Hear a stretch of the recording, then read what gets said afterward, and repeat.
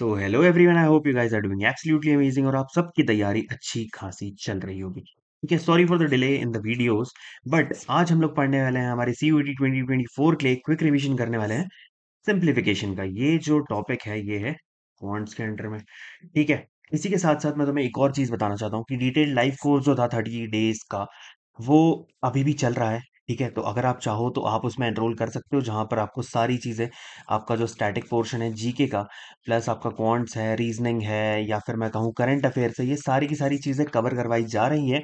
और हम लोग आप लोगों के लिए लेकर के आ रहे हैं एक लास्ट में 5 डेज का एक सिर्फ और सिर्फ मॉक टेस्ट का अलग से मतलब इसी बैच में हम लोग लेकर के आने वाले हैं। So do enrol in this. आप जाकर के वेबसाइट पर चेक कर सकते हो, जो भी कोर्सेज है, जो भी ऑफर्स है, आपको वहां पर मिल जाएंगे। हाँ, एक ऑफर मैं बता देता हूँ, जो कि है हर्षित नाम से, यानी कि मेरे नाम से है। और आप जाओ वहां पर, तो आपको इस पे इस कोड को यूज करने पर 30% का ऑफ मिलेगा। ठीक है, लिंक जो है वो डिस्क्रिप्शन में है। चलिए तो स्टार्ट करते हैं हमारे सिंप्लीफिकेशन को। देखो यार, सबसे सिंपल और बेसिक चीज मैं तुम्हें बताता हूँ। सिंप्लीफिकेशन जो होता है उसका बहुत ही सिंपल सा मीनिंग होता है कि जो भी तुम्हारी इक्वेशन दी है, ठीक है, या फिर जो भी तुम्हें एक मैथमेटिकल इक्वेशन है, अलजेब्रिक इक्वेशन है, जो भी इक्वेशन तुम्हें दी हुई है, उसको तुम्हें सीधा सा क्या करना होता है, सिंपलेस्ट फॉर्म में लेकर आना होता है। ठीक है, उसे अपने सिंपलेस्ट फॉर्म में लेकर के आना होता है, या मैं कहूँ उसे सीधा सीधा सा सिंप्लीफाई करना होता है। तो आगे बढ़ने से पहले हमें पता होना चाहिए कि भैया प्राइम फैक्टराइजेशन क्या होता है। देखो, लास्ट चैप्टर में जब हम लोगों ने देखा था नंबर सिस्टम, तो उसमें हम लोगों ने क्या किया था, हम लोग फैक्टर्स निकाल रहे थे, राइट। फैक्टर्स कैसे निकालते हैं?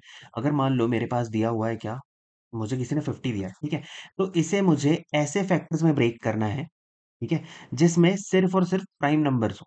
ठीक है, यानी कि उसे प्राइम नंबर के फॉर्म में जो फैक्टर्स हो सकते हैं, सिर्फ उसमें ब्रेक करना है।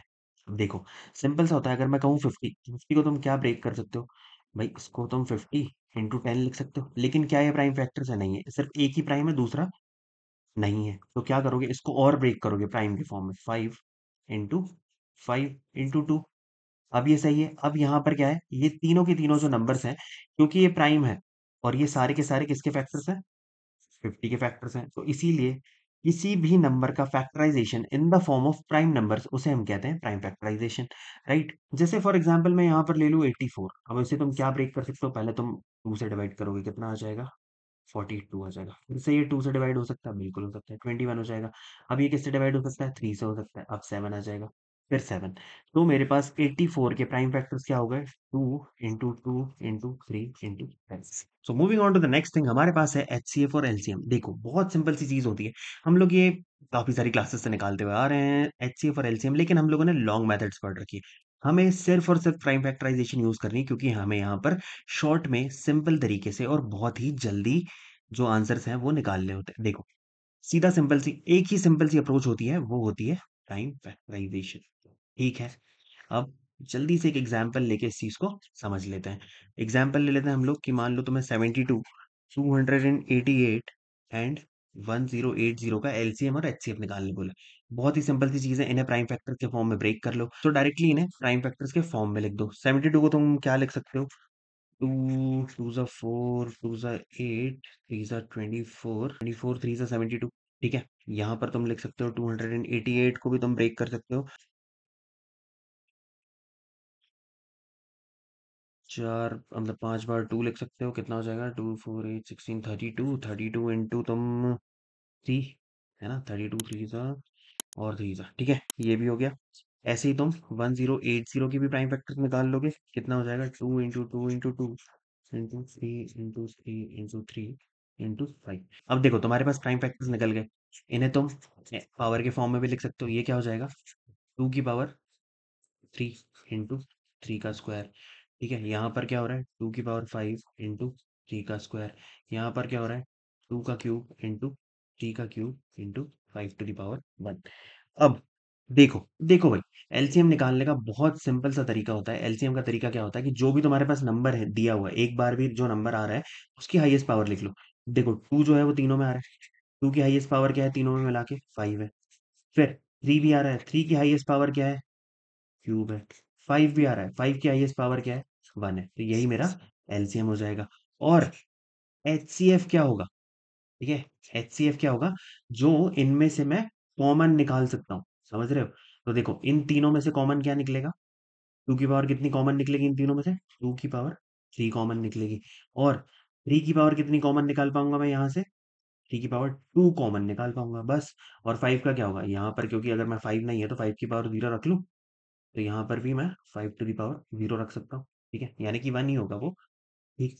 तो ये तुम्हारा एलसीएम होगा और ये तुम्हारा एचसीएफ हो गया। बहुत ही सिंपल सीधी सी अप्रोच होती है। ठीक है। अब इसी में तुम्हारे पास एक और चीज होती है कि कभी तुम्हें अगर नंबर जो है वो फ्रैक्शन में दिए हो तो तुम क्या करोगे? देख, बहुत सिंपल सी चीज है। क्या करना है तुम्हें? 4/5 दिया है, मान लो 6/11 दिया है और 3/5 दिया है, उसका तुमसे पूछा गया है कि एचसीएफ निकालना है। तो जब भी जो भी तुमसे पूछा जाएगा, अगर एचसीएफ पूछा जा रहा है तो क्या करो? एचसीएफ ऑफ न्यूमरेटर्स लिख लो। ठीक है? जो तुम्हारे न्यूमरेटर्स हैं उनका एचसीएफ ले लो, अपॉन में क्या करो? एलसीएम ऑफ डिनोमिनेटर्स कर दो। ठीक है? और सेम अप्रोच किसके लिए करोगे? अगर तुम्हें एलसीएम पूछा जा रहा है तो क्या करो? तुम्हारे न्यूमरेटर्स का एलसीएम और डिनोमिनेटर में डिनोमिनेटर्स का एचसीएफ। बस, this is what you need to do जब तुम्हें फैक्टर्स का एचसीएफ या फिर एलसीएम निकालने बोलेगा। ठीक है? सॉल्व कर लेंगे। आगे बढ़ते हैं। देखो ये चीज मुझे शायद ये वाली जो चीज है मुझे यहाँ लिखनी चाहिए थी, माफी चाहूंगा, पीछे लिख दिया मैंने। ठीक है, कोई कोई इशू नहीं, आगे बढ़ते हैं। देखो अब ये हमारे पास क्या है? Fundamental operation. अब देखो भाई, तुम्हें तुम ऑलरेडी ऑब्वियसली सीधी सी बात है कि भैया 12th पास करके आए हो तो तुम्हें एडिशन, सब्ट्रैक्शन, मल्टीप्लिकेशन, डिवीजन ये सब सिखाने की जरूरत नहीं है ना? बस एक सिंपल सा रूल जो होता है बॉड मास, जो कि तुम लोगों ने ऑलरेडी पढ़ रखा है, उसमें क्या होता है? सीधा सा होता है कि ब्रैकेट ऑफ, फिर division, multiplication, then addition, then subtraction. ये क्या होता है? एक सिंपल सा ऑर्डर होता है जिसमें तुम्हें चलना होता है। ठीक है? लेफ्ट टू राइट तुम मूव करोगे। अगर कभी तुम्हें कोई सिंप्लीफिकेशन की इक्वेशन दी है तो तुम पहले ब्रैकेट सॉल्व करोगे, उसके बाद ऑफ सॉल्व करोगे, फिर डिवीजन, फिर मल्टीप्लिकेशन, एडिशन, सब्ट्रैक्शन। कई लोगों को ऑफ का मतलब नहीं पता, तो ऑफ का मतलब सिंपल सा होता है कि मल्टीप्लाई करना है। ठीक है? जैसे अगर मुझे बोल दिया गया 50% ऑफ 25, तो क्या करोगे? 50% इंटू 25, दिस सॉल्व। अब देखिए अप्रोक्सीमेशन, अप्रोक्सीमेशन का सीधा सा हम लोगों ने बचपन से भी देख रखा है। क्या होता है भाई? अप्रोक्सीमेशन में अगर मेरे पास जो भी डेसिमल वैल्यू है, अगर वो डेसिमल में 0.5 या फिर उससे ऊपर की कोई वैल्यू है ना, तो तुम क्या करते हो? उसको नेक्स्ट नंबर की तरफ मूव कर देते हो, है ना? यानी कि जो भी तुम्हारा नंबर दिया था, मान लो तुम्हें दिया था 242.6, तो ये 0.5 से ऊपर है तो क्या करोगे? इस वाले नंबर में +1 कर दोगे। कितना हो जाएगा? 243 हो जाएगा। लेकिन अगर 0.5 से कम दिया है, तो सेम नंबर में अगर मान लो 242.3 दिया होता या फिर 4 दिया होता, तो तुम क्या करते? इसको, इस नंबर को एज इट इज लिख देते। This is what approximation is, right? Simple सी चीज है। अब देखो क्वेश्चंस पर आ जाते हैं। यहाँ पर तुम्हें क्वेश्चन दिया था, बहुत ही सिंपल सा क्वेश्चन है कि 74,156 minus question mark minus 320 minus 20 plus 520 is equals to this. अब तुम्हें सिंपल सी एक इक्वेशन दी है, उसमें सॉल्व करना है। क्वेश्चन मार्क की वैल्यू निकाल लो। निकालने की जरूरत है नहीं मुझे, तुम लोग कर लोगे। अब देखो नेक्स्ट क्वेश्चन में क्या है तुम्हारे पास? 45% ऑफ 224। तो देखो सीधी सिंपल सी इक्वेशन है, जब भी तुम परसेंट को फ्रैक्शन में कन्वर्ट करते हो तो क्या करते हो? डिवाइड बाय 100 कर देते हो। ऑफ का मैंने क्या बताया था कि मल्टीप्लीकेशन हो जाएगा। तो 45/100 इंटू 224, यहाँ पर मल्टीप्लीकेशन का साइन है। एक्स परसेंट है, या फिर मैं कहूँ x/100 है, इंटू 120 इज इक्वल्स टू 8104 रख लो। अप्रोक्सीमेशन कर लो, 32 है तो सेम नंबर आ जाएगा। ठीक है? सॉल्व कर लेंगे हम, बहुत ही बढ़िया। सेम ऐसे ही यहाँ पर होगा, क्योंकि यहाँ पर सबका ऑफ दिया हुआ है, तो क्या करोगे तुम? 5/8 इंटू कर दोगे 4/9, इंटू कर दोगे 3/5, इंटू 222। सॉल्व करना है, एक तुम्हें आंसर मिल जाएगा। इससे ये कट जाएगा, 4 से ये 2 हो जाएगा, 3 से ये 3 हो जाएगा, 2 से ये कट जाएगा, 111 हो जाएगा। 3 से 3 के टेबल में क्या 111 आता है? बिल्कुल आता है। कितना आता है भैया? 3 3 सा 9 होता है, 3 7 सा 21 आता है, 37 मेरा आंसर हो गया। इतना इजी से क्वेश्चंस तुम्हें दिए जाते हैं। ठीक है? देखो एक और टाइप का क्वेश्चन है, तुम लोगों ने पढ़ रखा होगा कि अगर मेरे पास जो भी बेस है, ठीक है, अगर मेरे पास बेस सेम होता है, यानी कि a की पावर m है और मल्टीप्लिकेशन में a की पावर n है, तो क्या कर देते हो? तुम इसको प्लस कर देते हो, a की पावर m प्लस n कर देते हो। अगर यहाँ पर a की पावर m अपॉन a की पावर n होता है या फिर डिवीजन में होते, है ना, तो क्या हो जाता? a की पावर m माइनस n हो जाता। सिंपल, यही तो रूल तुम्हें यहाँ भी लगाना है। क्या हो जाएगा भैया?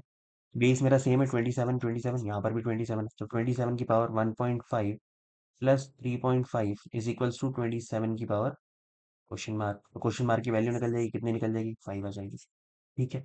ऐसे तुम्हें बेसिक से क्वेश्चन होते हैं, बस बस तुम्हें क्या करना होता है, सिंप्लीफिकेशन को रूल्स को अप्लाई करना होता है। जहाँ पर बॉड मास वाला रूल दिख रहा है, तो वहाँ पर बॉड मास को ही अप्लाई करो और उसी सीक्वेंस में अप्लाई करो, क्योंकि अगर तुम आगे-पीछे करोगे, तो दोनों आंसर दिए होते हैं, इसीलिए हमेशा चलना किससे है? बॉड मास वाले रूल से ही चलना है। ठीक है, क्लियर है?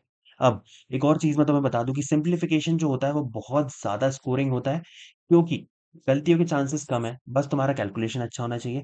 तो सिम्प्लिफिकेशन के थोड़े बहुत क्वेश्चंस प्रैक्टिस कर लो और मेक श्योर कि एग्ज़ाम में जो भी सिम्प्लिफिकेशन का क्वेश्चन है, उसमें तुम 100% स्कोर करो ही करो। ठीक है? क्योंकि ये बहुत स्कोरिंग चीज़ है, सिम्प्लिफिकेशन बहुत सिंपल टॉपिक है। हम लोगों ने देख ही लिया है कि क्या चीज़ ज़रूरी होती है, एलसीएम, एचसीएफ निकालना ज़रूरी होता है। कभी-कभार बहुत कम क्वेश्चन्स आते हैं, नहीं तो सिम्प्लिफिकेशन के तुम्हें ऐसे ही क्वेश्चन मैक्सिमम पूछे गए हैं। ठीक है? चलिए भाई, डीपीपी जो है वो ग्रुप पर मिल जाएगी। मिलते हैं हम लोग नेक्स्ट वीडियो में, और चाहो तो कोर्स को खरीद सकते हो। और कौन से ग्रुप पर मिल जाएगी भाई, व्हाट्सएप का एक लिंक दिया होगा तुम्हें नीचे डिस्क्रिप्शन में, ठीक है? उस जा करके उस वाले ग्रुप को जॉइन कर लो। वहाँ पर मैं तुम्हें अपडेट्स भी दे दूँगा, क्लासेस के भी, जो हमारी लाइव क्लासेस चल रही है, प्लस मॉक टेस्ट के भी, और साथ ही साथ तुम्हें जो वहाँ पर डीपीपीज़ हैं या फिर कुछ-कुछ नोट्स हैं, वो भी तुम्हें वहाँ पर मिल जाएँगे। ठीक है? चलिए भाई, मिलते हैं नेक्स्ट क्लास में। चलिए फिर मिलते हैं नेक्स्ट वीडियो में, तब तक के लिए अच्छे से पढ़ते रहो, बढ़िया से पढ़ाई करो, थोड़ी प्रिपरेशन रखो और अपने आप को ग्रो करते रहो, डेवलप करते रहो। मिलते हैं नेक्स्ट में, तब तक के लिए जय हिंद।